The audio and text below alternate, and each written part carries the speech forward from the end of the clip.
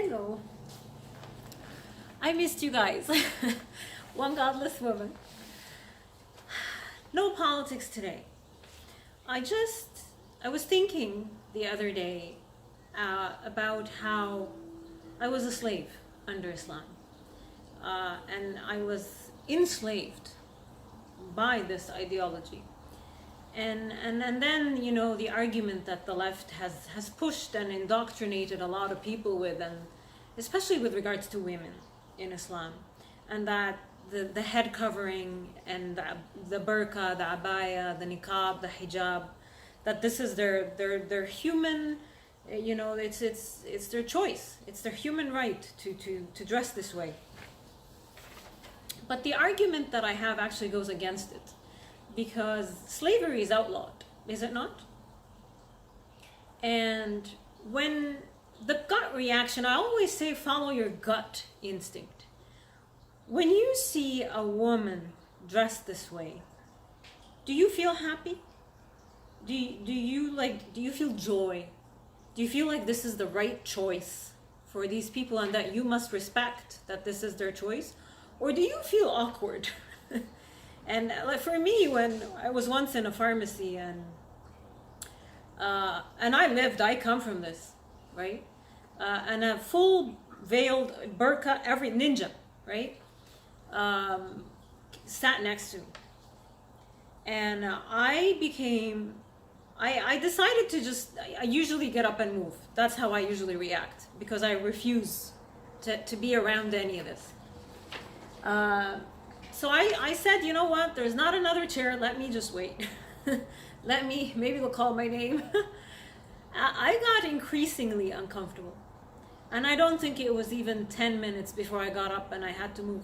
I did not want to be sitting next to this person, because it felt like an invasion of my personal space. I did not want this next to me. So I did a little bit of research. I want to understand, I want to know, what is slavery? How is slavery defined? So there's a few points. There's 4 points that define slavery through my research that I found. And you're welcome to do your research, and please comment if you disagree with any of this.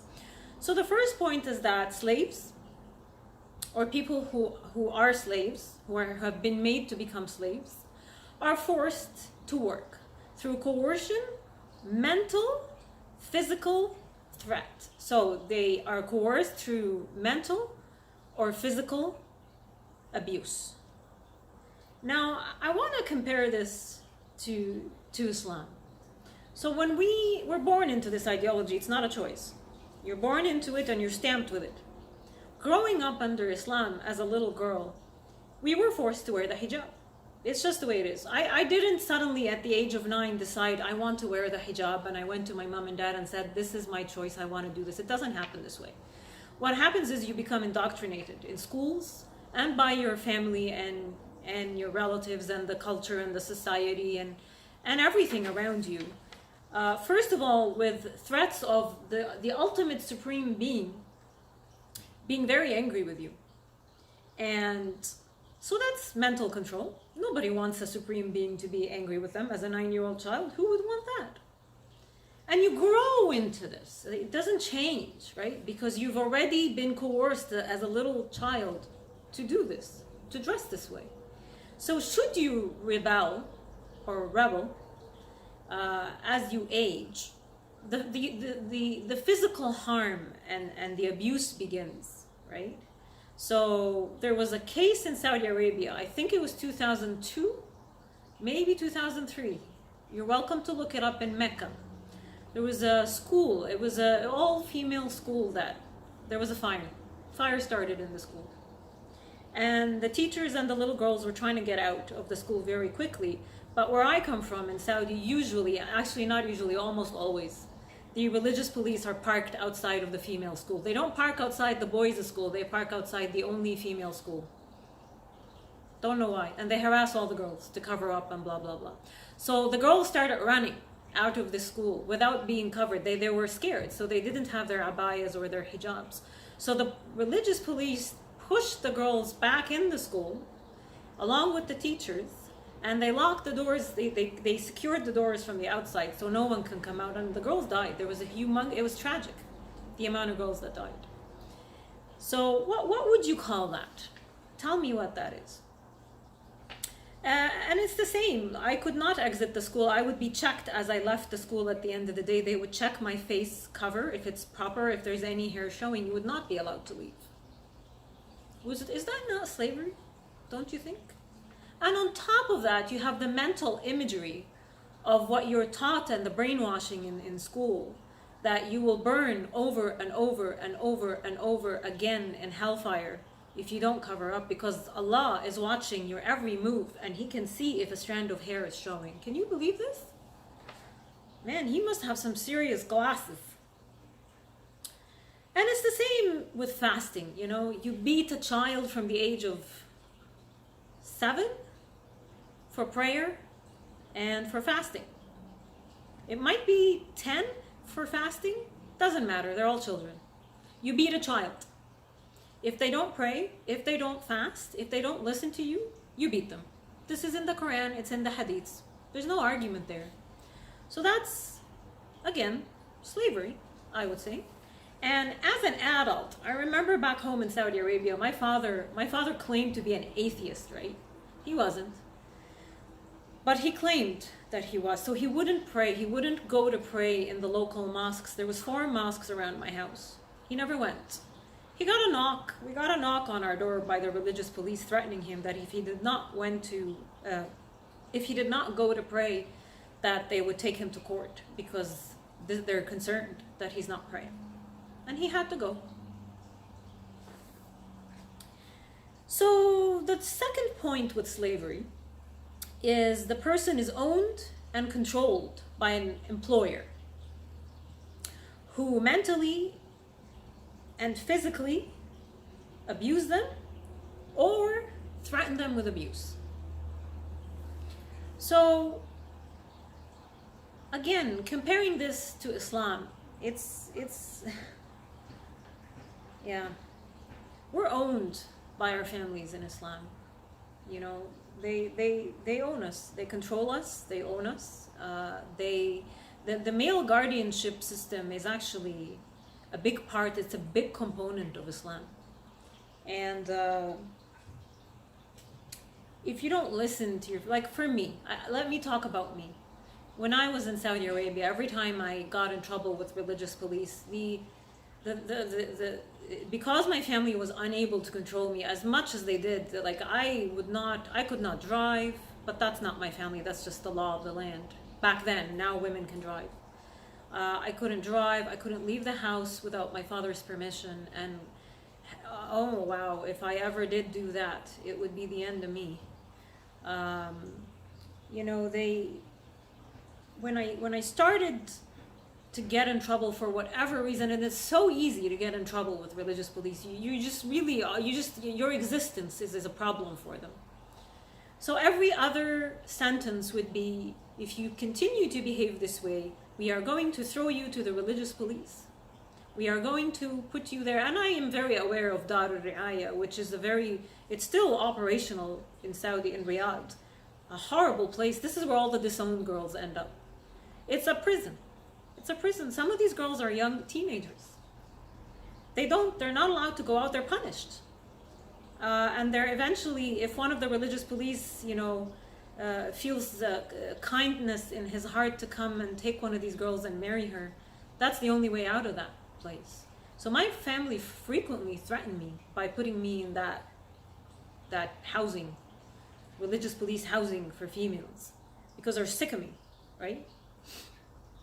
So yeah, I would say that's a check as well for me, for slavery.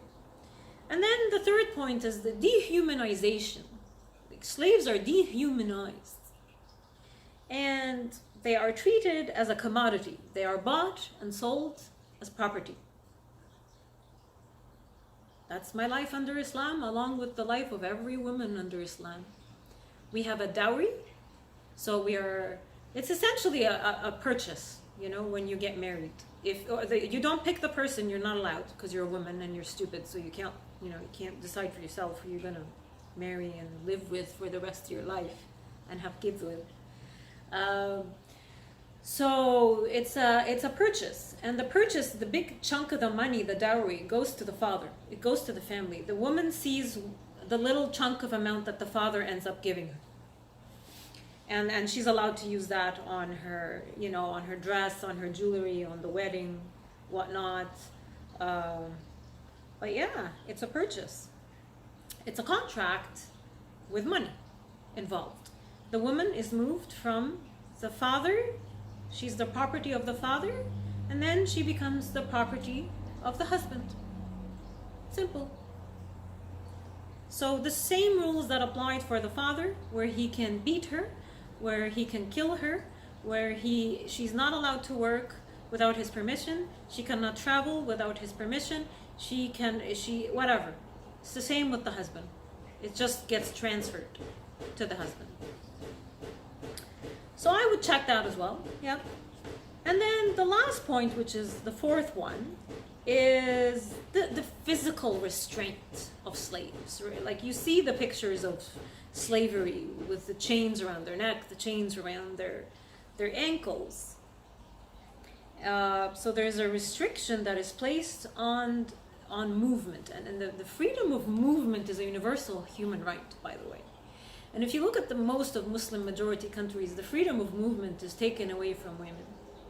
I could not even open the door of my house and go out in the street without being arrested. That is a crime where I come from. Including the fact that, now I know that women in Saudi have just started driving, but you need to understand, before this they were not allowed to drive, and this was a big problem. Not only were they not allowed to drive, when I was in Saudi Arabia, if you were found in a cab, in a taxi, on your own, you would be arrested if you didn't have a note from your male guardian allowing you to take a cab on your own. There was a case of a female princess who fell in love many, many years ago. I think it was the 60s or the 70s. I'll try to find her name for you. Maybe I'll even find the little video and link it. It's called The Death of a Princess. She was arrested in the airport. She wanted to leave because she was in love with this man, and the royal family would not allow her to get married. So she dressed up as a man and went to the airport to escape, and she was caught. She was executed. I think that was the only case in Saudi Arabia of a princess being killed for trying to move freely. And add to that, we talked about the male guardianship system. Yeah, but yet here we are in Canada with Islam descending upon us, and Islamophobia motions, and M103s, and women claiming that it's their right to wear a niqab.